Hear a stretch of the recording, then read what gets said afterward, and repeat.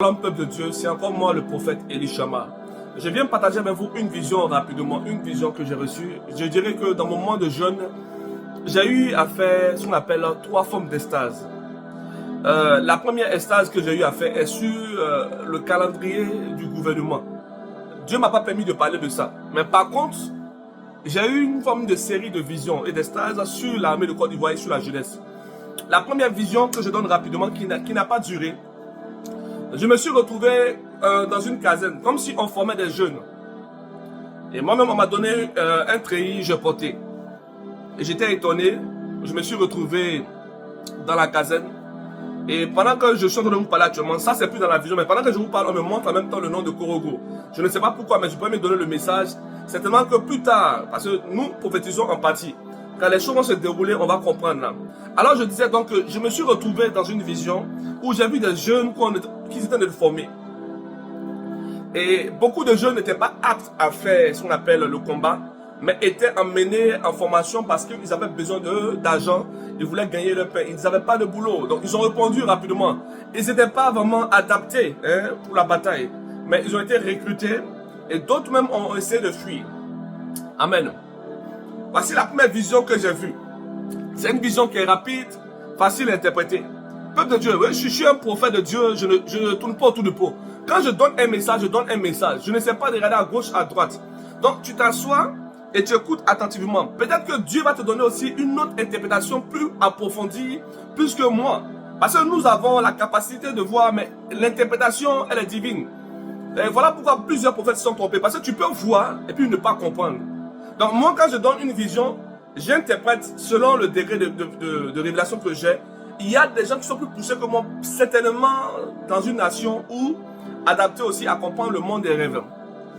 La seconde vision, elle est encore plus fluide, elle est encore plus profonde. Et j'ai même noté même ce que j'ai reçu comme message d'une force qui m'a aidé aussi à interpréter cela. Alors, j'étais là subitement, j'étais là moi physiquement. Et il y avait une personne qui me réclamait de l'argent. Il voulait à tout prix que je lui donne de l'argent.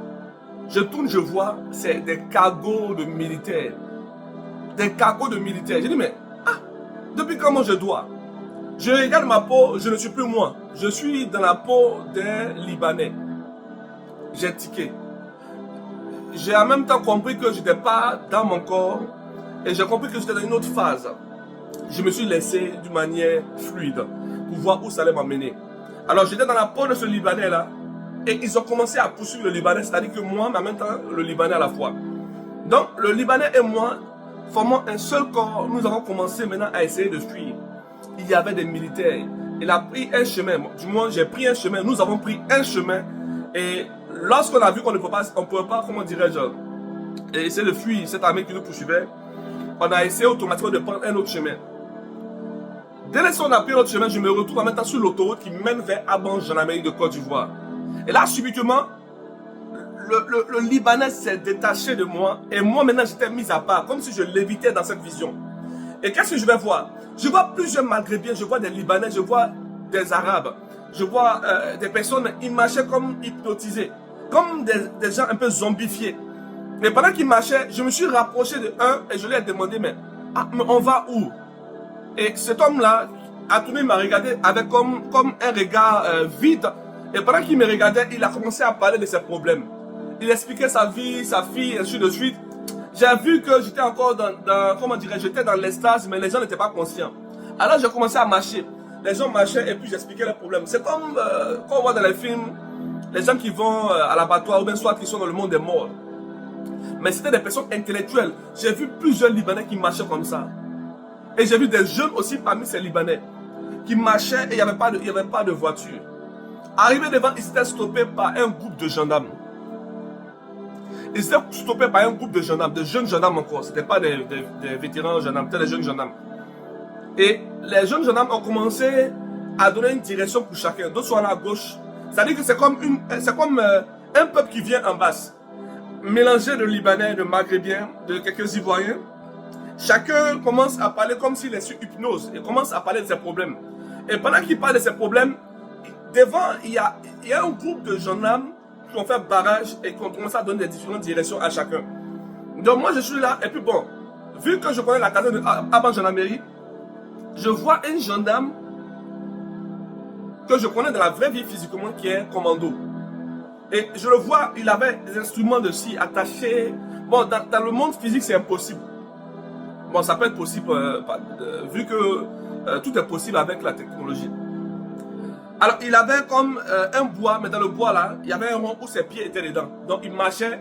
Un homme ordinaire ne peut pas marcher comme ça. Mais dans la vision, il marchait avec le pied dans la planche, avec des trucs de poussier là. Et le truc qu'on prend pour couper les arbres, j'ai oublié comment on appelle ça. Il avait les instruments de construction en main. C'était un béret rouge.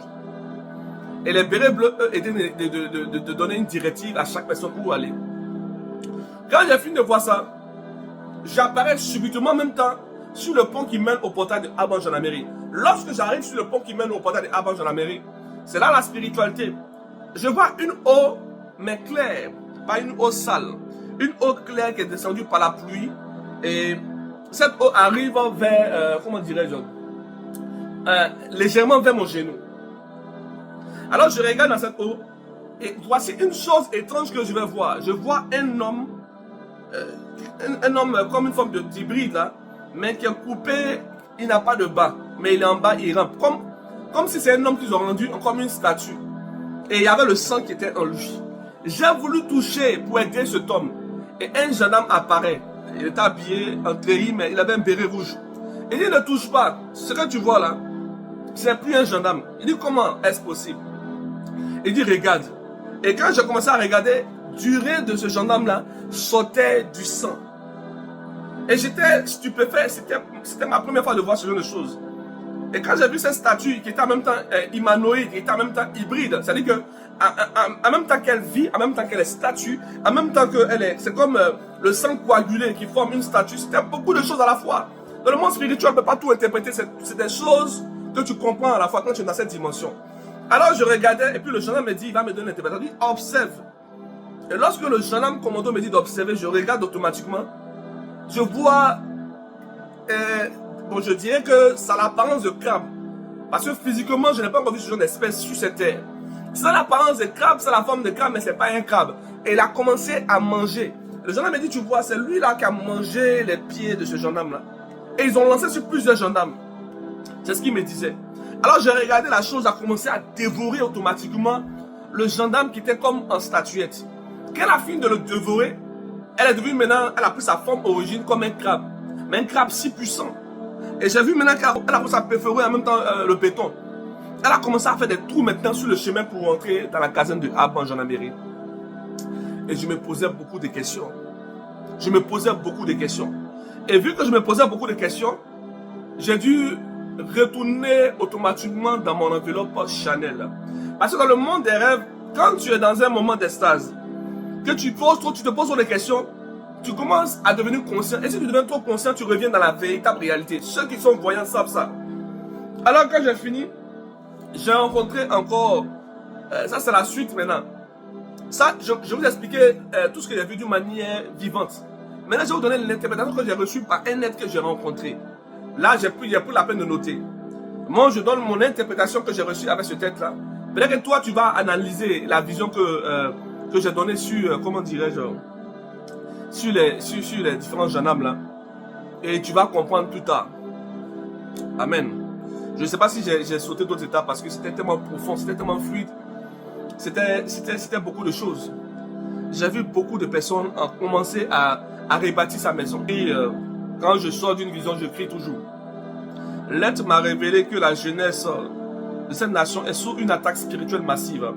L'armée que j'ai vue, les forces qui poursuivaient les âmes, représentent les puissances des ténèbres déployées contre les jeunes générations pour les empêcher d'entrer dans leur destinée divine. Beaucoup de jeunes sont aujourd'hui comme sous hypnose. Ils sont sous des prisons et des verrous de malédiction ancestrale, de pattes occultes, de chaînes invisibles qui les poussent à marcher sans but, dans la confusion et dans la tristesse. Perte d'identité. L'être m'a montré que des agents spirituels, des esprits de contrôle sont à l'œuvre pour bloquer ces âmes et empêcher leur délivrance et les maintenir captifs. Je lis en même temps ce que j'ai reçu. Parce que, vous savez ça, quand tu finis de voir une vision, tu écris en même temps. Même si tu écoutes quelqu'un te parler, tu écris. Donc là, je lis automatiquement ce que j'ai écrit.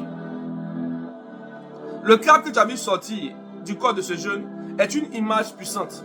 Ce sont des esprits démoniaques, destruction lente envoyée contre la jeunesse, contre la Côte d'Ivoire, pour ruiner progressivement, spirituellement, moralement et même physiquement certaines personnes qui ont une grande destinée. Pour montrer que le Seigneur prépare une réponse céleste. Amen. J'ai vu des jeunes bâtisseurs se lever, des jeunes que Dieu est en train de former, équiper, sanctifier pour rebâtir les fondations spirituelles de notre nation. Et voici ce que l'être me dit. La jeunesse de Côte d'Ivoire est en guerre spirituelle. Beaucoup de jeunes sont prisonniers des ténèbres et le peuple de Dieu doit se lever pour prier, intercéder et jeûner. Couvrir nos enfants et notre jeunesse. Le Seigneur cherche des jeunes bâtisseurs. Il cherche des intercesseurs fidèles. Il cherche des voix prophétiques qui ne se tairont pas. Il est temps d'entrer dans un moment de prière et de jeûne personnel. Car le véritable jeûne est un jeûne qui sort de la souffrance. Un jeûne qui sort du zèle. Un jeûne sincère. La Côte d'Ivoire doit se lever et prier. Des prophètes authentiques doivent se lever. Des prophètes qui ne sont pas conditionnés par le système, cherchant à avoir l'argent des politiciens. Intercéder pour les différentes âmes. Et c'est terminé par ceux qui ont les oreilles pour entendre ce que l'Esprit dit à la nation. Ok. Bon. Apparemment, voici ce que j'ai écrit et ce que j'ai reçu. Alors, peuple de Dieu, je finis par cette vidéo pour vous dire que pourquoi je vous libère ce message-là. Parce que vous savez, quand tu as la capacité de voir et la capacité d'entendre, les visions s'accumulent. Les visions s'accumulent. Si je ne donne pas les messages au fur et à mesure, un bon jour j'ai donné plusieurs visions, on dit, oh le prophète il parle trop. Non, c'est des visions qu'on reçoit. Souvent on reçoit la vision un mois, on ne donne pas de message parce qu'on se dit que c'est pas terminé. Oui, il y a des messages qu'on reçoit, comme par exemple le message où j'ai vu l'agenda politique, donc je ne suis pas rentré encore dans cette révélation. Et j'ai vu une chose qui m'a déçu, donc je n'ai pas encore le droit de donner. Parce que Dieu n'a pas redonné son verdict. Et en toute humilité, je suis certainement pas l'homme le plus admiré dans ma nation, ni le prophète le plus chuchoté dans ma nation, mais j'aimerais vous dire, aussi vrai que je suis un homme profond, ce que l'Esprit me montre, il y a beaucoup de prophéties, il y a beaucoup de choses qui disent que non, c'est fini, 2025 c'est bouclé. Écoutez, ce que j'ai vu que nous sommes encore dans un conseil où il y a une décision qui n'est même pas encore prise. Donc quand vous sortez et puis vous dites que la décision est prise, faites très attention. La décision dans le spirituel n'est même pas encore prise. Il y a des batailles dans le monde spirituel. Je suis prophète très profond. Amen. Cela veut dire que j'ai vu qu'il y a une décision. Dieu est en train de peser certains politiciens. Donc vous qui venez prophétiser parce que vous avez déjà choisi un candidat, parce que vous êtes instrumentalisé et vous êtes nourri par des candidats, écoutez, n'emmenez pas des jeunes innocents à l'abattoir. Je ne suis pas encore sorti de la présence de Dieu parce que je suis encore dans la présence de Dieu. Je suis encore jusqu'à ce que Dieu me dit de stopper. Et ce que je vois, Dieu est en train de peser. Et quand Dieu va finir de peser automatiquement, Dieu lui-même, dans sa bonté, peut choisir une personne pour libérer un message fluide. Ne soyez pas dans l'émotion. Moi, quand je parle, on m'insulte, mais après, on se rend compte que ce que je dis est fluide. Et quand je parle, je ne reviens pas dessus. Les prophéties que j'avais données sur les kidnappings d'enfants, vous qui suivez, sur les choses qui devaient se passer, d'autres prophètes ont répété aussi les mêmes choses. Mais ces choses ont fini par s'accomplir. Amen. Donc, de grâce, lorsque je donne des messages, prenez la peine d'écouter automatiquement. Prenez la peine d'aller interroger Dieu. Ne soyez pas prompt à donner des prophéties pour dire non que c'est la fin, c'est la fin. Écoutez, lorsque vous donnez des prophéties ainsi, et que ces prophéties finissent par ne pas se réaliser, on dit qu'il n'y a pas de véritable prophète. Cela casse la foi de plusieurs personnes. Dieu n'a même pas encore donné un véritable verdict. La Côte d'Ivoire est une forme de balance. Et je ne sais pas s'il me permet de dire ça. Écoutez, est-ce que je dois dire ça? Donc la Côte d'Ivoire est une forme de balance. Donc ne soyez pas pressé pour dire non que voilà. Et quand on fait un combat spirituel, on le fait avec l'aide de Dieu, sans mélanger des artifices. C'est Dieu qui va toucher un tel et un tel pour qu'il y ait une forme de réveil. Ça va venir comme ça. C'est comme un signe qui va se déclencher, toutefois.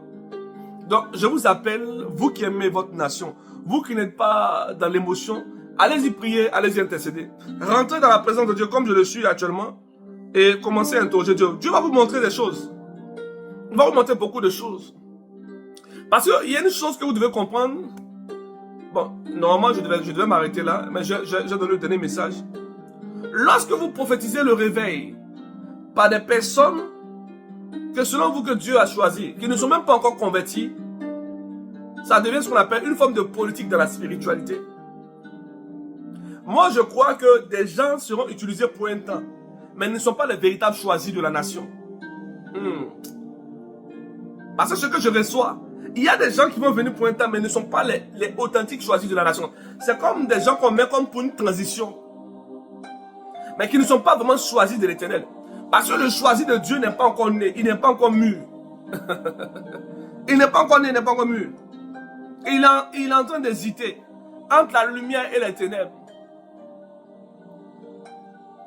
Alors, je vais couper tout court parce que c'est un message. Si je continue, je vais rentrer dans les messages que je ne devais pas donner. Alors que Dieu vous bénisse. Partagez massivement cette vidéo. C'est le prophète Elishama depuis le lieu de retraite. Que Dieu bénisse mes fils spirituels. Que Dieu bénisse le cri des sentinelles pour le réveil des nations. Que Dieu bénisse les prophètes authentiques. Que Dieu bénisse les prophètes de Dieu qui souffrent, qui ont bâti leur ministère dans la douleur, qui n'ont pas de soutien financier. Au temps favorable, Dieu va toucher des personnes qui vous suivent. Vous donnez des prophéties, Dieu va envoyer des personnes pour vous bénir. Il y a des choses qui ne sont pas encore claires parce que Dieu n'a pas voulu. Prophète, il ne faut pas forcer. Dieu lui-même, il a mis un voile. C'est pas encore clair. Donc, ne force pas, ne mets pas ton ministère en jeu. De peur d'être toi-même dans le ridicule. Je sortirai dans 3 mois, si Dieu m'autorise, à donner un message profond. Une chose qui va se passer. Je vous ai dit dans mes précédentes vidéos, je vous dis, je ne parle pas beaucoup, hein.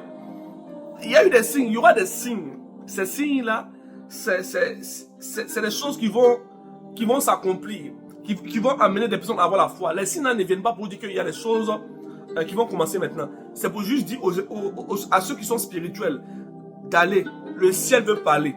Quand vous voyez les signes dans le ciel, là, c'est pas pour dire qu'il y aura la guerre un coup, non. C'est une communication que Dieu donne à ses élus, à ses serviteurs. Dieu dit, je veux parler, écoutez, allez-y dans le lieu secret. En fait, c'est le langage spirituel. Je prie maintenant que la grâce de Dieu soit avec vous. Que le nom de Jésus-Christ de Nazareth puisse bénir plusieurs personnes. Je prie que la faveur de Dieu et que les anges de combat puissent protéger chaque âme de cette nation.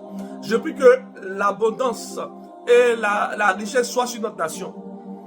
Père, si j'ai trouvé grâce à tes yeux, je souhaiterais que le sang ne puisse pas couler, mais que ta volonté puisse s'accomplir. Je prie que ma nation soit prospère et que l'amour et la sagesse rentrent dans le cœur de nos différents acteurs politiques. Et que Dieu visite les prophètes de Dieu et leur donne beaucoup d'équilibre spirituel pour comprendre, Père, tes différents messages. Shalom, que la grâce de Dieu soit avec vous. Soyez bénis puissamment, que la faveur de Dieu soit avec vous. Soyez bénis. Simple Rams.